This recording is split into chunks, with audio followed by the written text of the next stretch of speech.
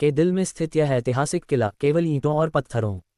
इस किले का निर्माण 1638 ईस्वी में मुगल सम्राट शाहजहां ने करवाया था, जब उन्होंने अपनी राजधानी आगरा से दिल्ली स्थान का ढांचा नहीं है। ये भारत की गौरवशाली संस्कृति, समृद्ध विरासत और संघर्ष की कहानी को अपने भीतर समेटे हुए है। इसका असली नाम किला मुबारक था, लेकिन इसकी लाल बलुआ पत्थर की दीवारों के कारण इसे हम सब लाल किला कहते हैं। नामांतरित की इसकी भव्यता मुगल और भारतीय स्थापत्य का मिश्रण है।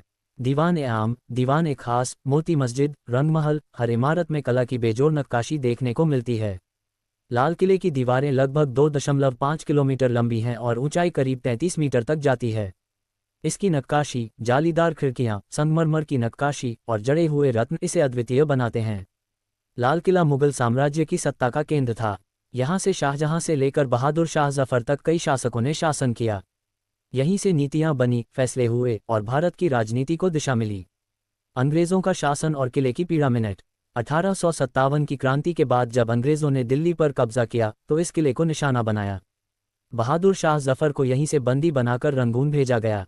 अंग्रेजों ने किले की कई इमारतों को नष्ट कर दिया और इसे सेना की छावनी में बदल दिया। भारत की गुलामी का एक प्रतीक बन गया था ये किला। स्वतंत्रता संग्राम और लाल किला। लाल किला केवल इतिहास की दीवारें नहीं, बल्कि आज़ादी के आंदोलन की प्रेरणा भी बना।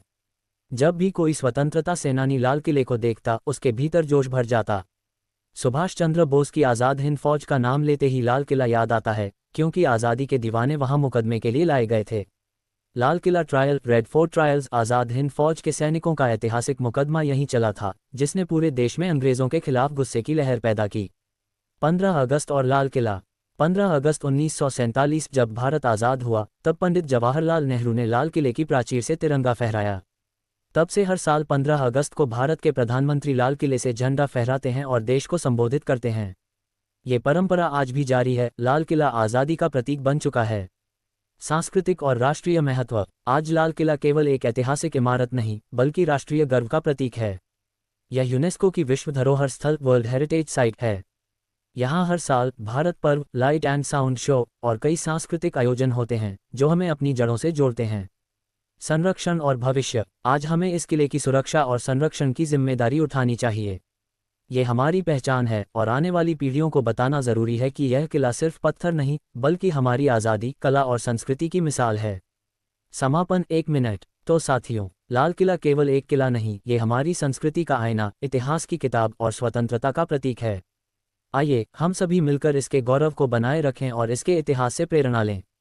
जय हिंद, वंदे मातरम।